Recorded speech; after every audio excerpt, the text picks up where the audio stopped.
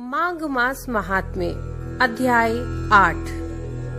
ये सुनकर यमदूत कहने लगे कि तुमने बहुत ही सुंदर सी वार्ता पूछी है। यद्यपि मैं पराधीन हूँ, फिर भी तुम्हारे स्नेहवश अपनी बुद्धि के अनुसार बतलाता हूँ। जो प्राणी काया, वाचा और मनसा से कभी दूसरों को दुख नहीं देते, वे यमलोक में नहीं जाते। हिंसा करने वाले वेद, यज्ञ, तप और दान से भी उत्तम गति को नहीं पाते। अहिंसा सबसे बड़ा धर्म, तप और दान ऋषियों ने बताया है। जो मनुष्य जल या पृथ्वी पर रहने वाले जीवों को अपने भोजन के लिए मारते हैं, वे कालसूत्र नामक नरक में पड़ते हैं और वहाँ पर अपना मांस खाते हैं और रक्त पीप का पान करते हैं तथा पीप की कीच में उनको कीड़े काटते हैं। हिंसक जन्मांध, काने, कुबड़े, लूले, लंगड़े, दरिद्र और अंगहीन होते हैं। इस कारण इस लोक तथा परलोक में सुख की इच्छा रखने वाले को काया, वाचा तथा मन में दूसरों का द्रोह नहीं करना चाहिए।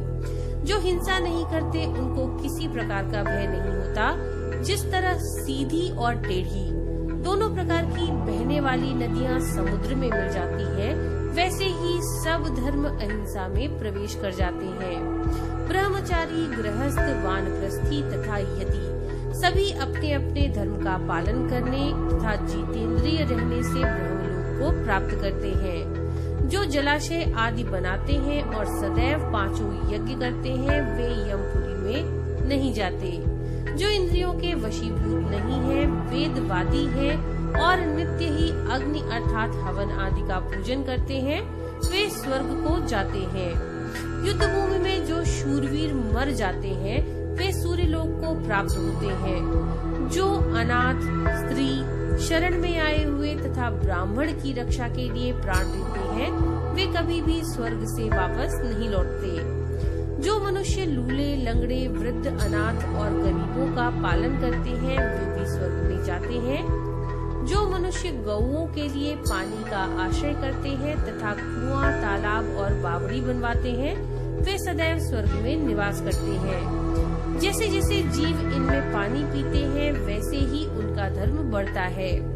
जल से ही मनुष्य के प्राण है, इसलिए जो प्याऊ आदि लगाते हैं, वे अक्षय स्वर्ग को प्राप्त होते हैं। बड़े बड़े यज्ञ भी वह फल नहीं देते जो अधिक छाया वाले वृक्ष मार्ग में लगाने से देते हैं। जो मनुष्य वृक्ष रोपण करता है, वह सदैव दानी और यज्ञ करने वाला होता है।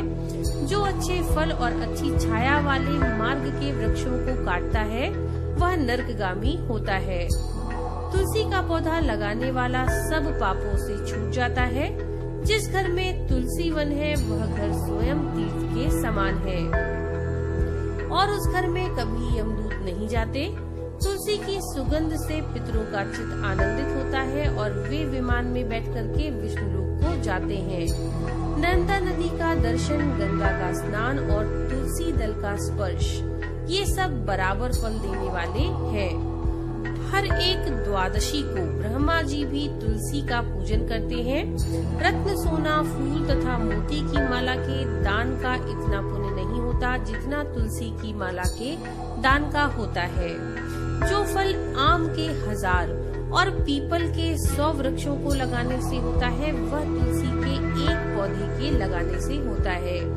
पुष्कर आदि तीर्थ, गंगा आदि नदी, वासुदेव आदि देवता सब ही तुलसी में वास करते हैं। जो एक बार, 2 या 3 बार रेवा नदी से उत्पन्न शिव मूर्ति का पूजन करता है अथवा स्फटिक रत्न के पत्थर के आप से आप निकले हुए तीर्थ में, पर्वत या वन में रखी हुई शिव जी की मूर्ति की पूजा करता है और सदैव ओम नमः शिवाय मंत्र का जाप करता है, यमलोक की कथा भी नहीं सुनता, प्रसंग, शत्रुता, अभिमान से शिव पूजा के समान पापों को नष्ट करने वाला तथा कीर्ति देने वाला तीनों लोकों में और कोई काम नहीं है। जो शिवालय स्थापित करते हैं, वे शिवलोक में जाते हैं।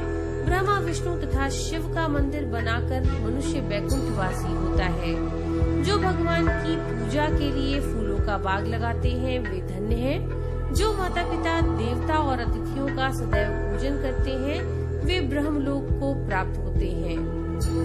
तो ये थी माघ मास महात्म्य के 8वें अध्याय की कथा।